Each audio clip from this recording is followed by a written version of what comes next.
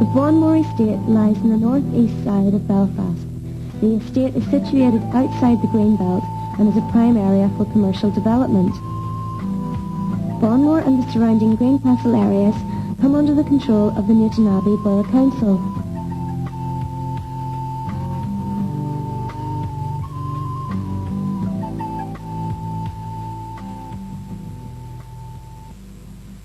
The women in Greencastle tend to take responsibility for themselves, for their families, for the community, for everything. They're a very strong group of very confident and competent women, and they're prepared to take on board some of the issues and address them. But they do need resources. They can't do this on their own, and they need support.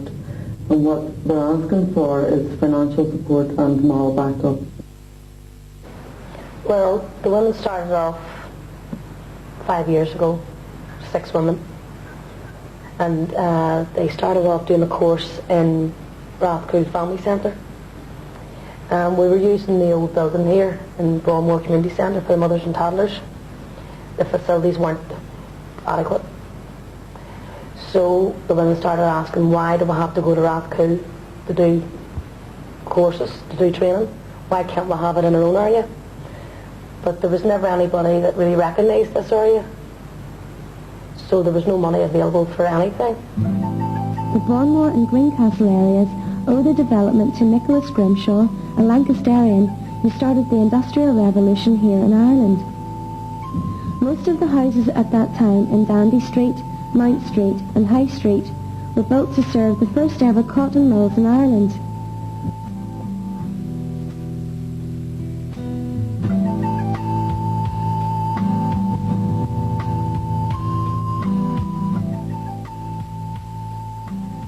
When we were in here first, love, I'll tell you what, you could have left your back door open or your front door open, went away to the top of the estate and had maybe an hour and your chums come back. Now you can't do that. You can't open your door. If you're only going the next door, you have to lock your door. Lock our doors. So you know what I mean? Change for the worse then. Yes, that way. Like definitely. things like that. See down there, we used to sit down there, Low Square and all round. We used to sit outside and I seen everybody come out with their stools and their wee cushions. I thought you seen the stools and cushions coming out and planting themselves. Can't be that now, love. The estate has always been a mixed area in terms of religion until the late 60s and 70s, when Bournemore became one of the hardest hit areas in the north of Ireland regarding the sectarian killings. In fact, the people of Bournemore have suffered to such an extent that 1 in every 8 families has been affected. I was young then. Didn't affect me then as such, because I didn't really know what was going on and what was happening. I just grew up with my parents over the years and get everything from them, just the way they've been affected. And just...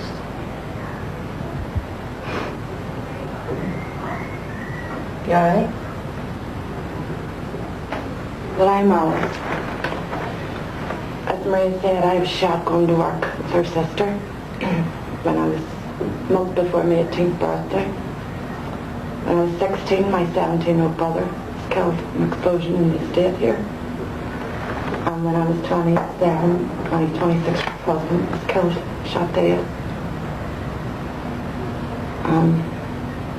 Life's been pretty hard, as you can imagine. Mark's father, Peter, was shot by a plastic bullet in 1981 outside our own house, out protecting his home, which was in turn at night, and there was petrol bombs being thrown and whatever, and just out literally trying to get the boys away from our own home, and so we wouldn't be well burned out as such. And the police came on the scene and just fired Peter Ross in the chest. That was 1981. So I had a rough time bringing 5 of them up. I have 5 children. Mark's the oldest of 5. We've come through it. Wasn't easy. We've had our ups and downs. We've had our bar with police and whatever. But they all seem to have come out of it all right. not much facilities for them, not much they could have done. That's why kids did get into bother, into trouble, wrecking and smashing, whatever. So we need more for them. But the Troubles have not been the only enemy of the Bournemore residents. Bad housing, unemployment, health problems, and a lack of facilities for the community have all had an effect. This is our hallway till This is your entrance then. the front of our houses. Okay. This is what the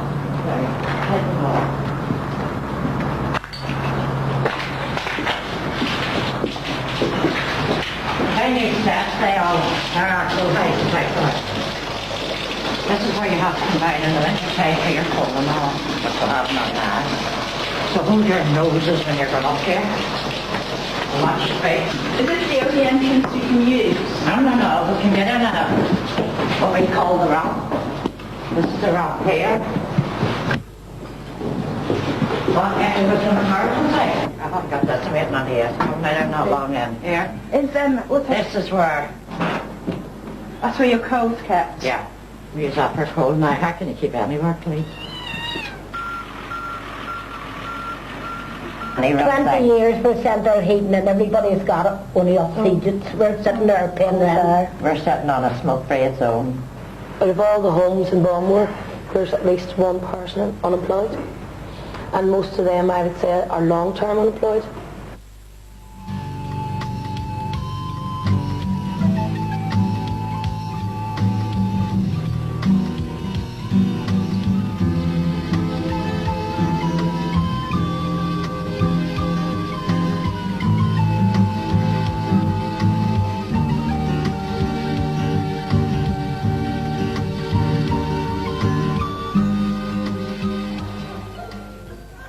We need better childcare facilities for our children. We need a good creche for the children, so the mothers could maybe go back to work, a full-time education. We need better indoor facilities for the younger age group, 5 to 9s. They don't have a lot of there's not enough to stimulate them. We've been funded for 3 years to investigate the relationship between play and crime or antisocial behaviour within the community. And we basically are trying to find out if there is a relationship in that if you provide a whole range of activities for children, does that have an impact on the amount of antisocial behaviour or criminality within that community? We also need a safe passageway for our children to and from school.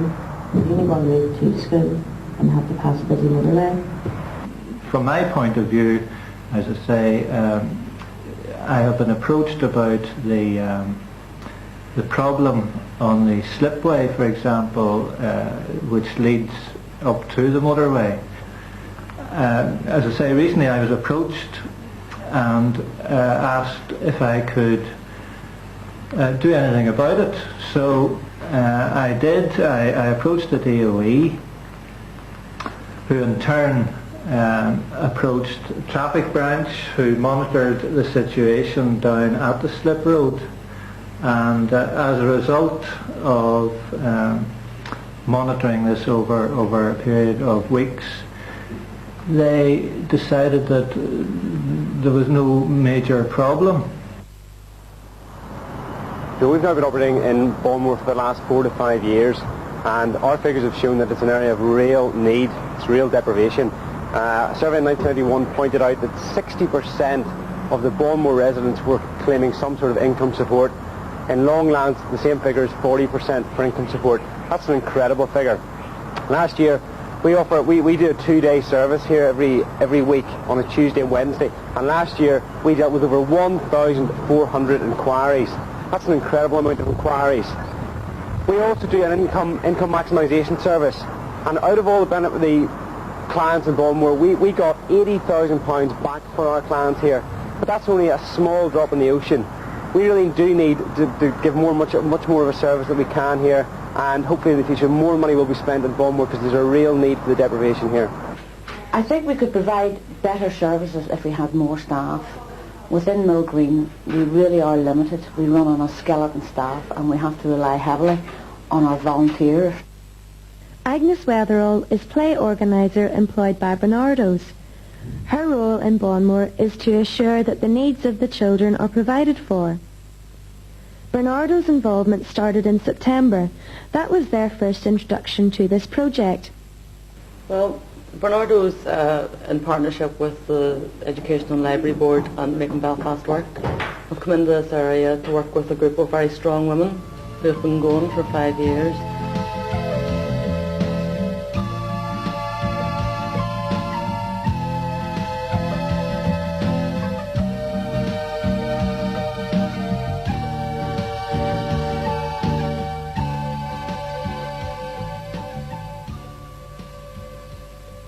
Bernardo's became aware of the large number of children under 3 years of age that used the mother and toddlers group at the centre.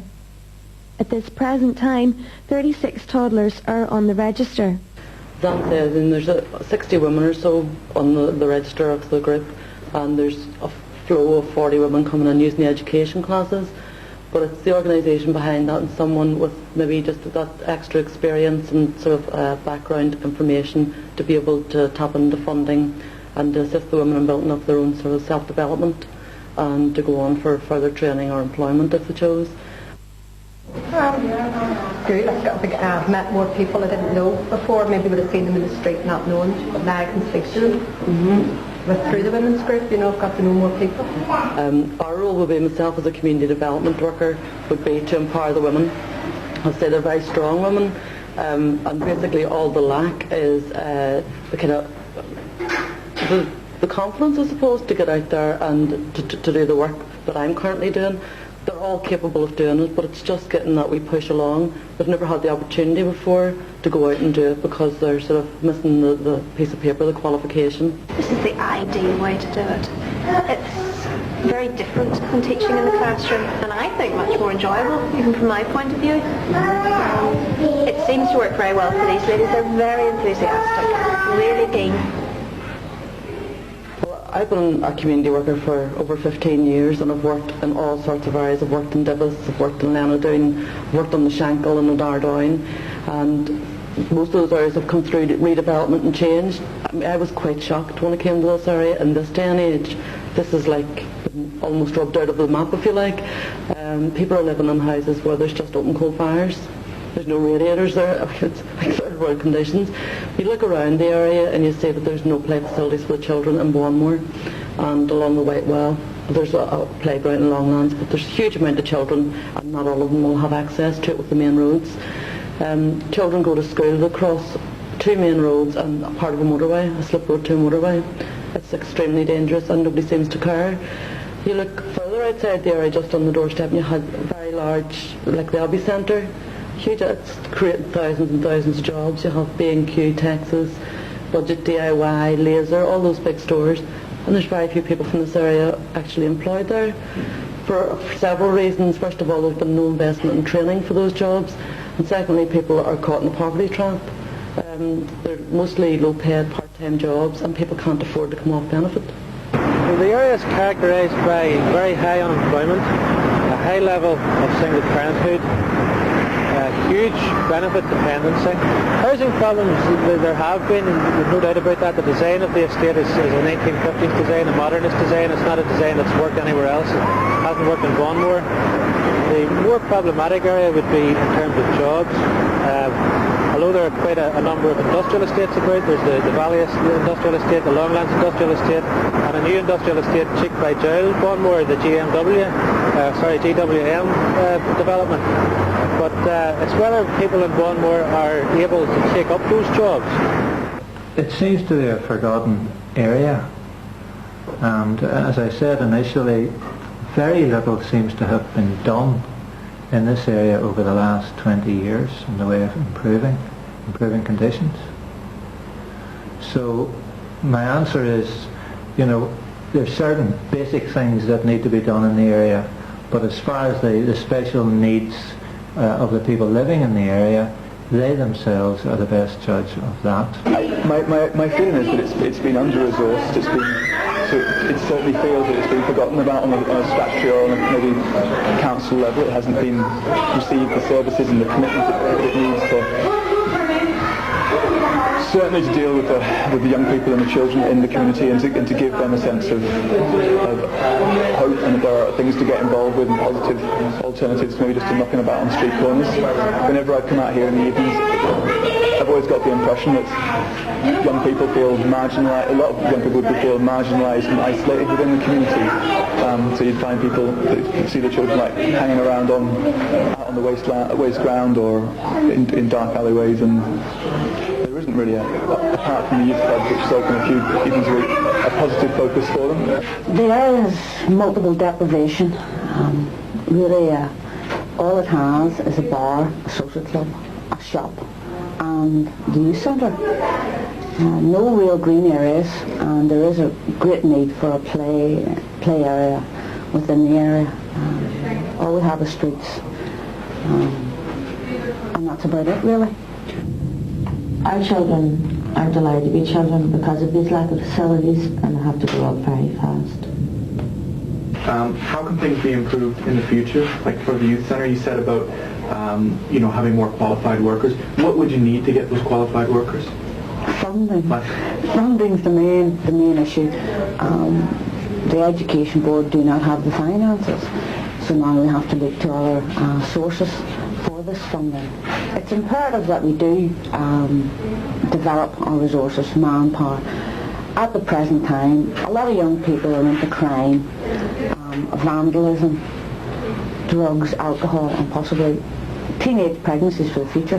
This is due to the area and at times ourselves not being able to provide an exciting programme for those young people, and they're bored and they're sort of transferring their energies into sort of negative responses rather than positive responses.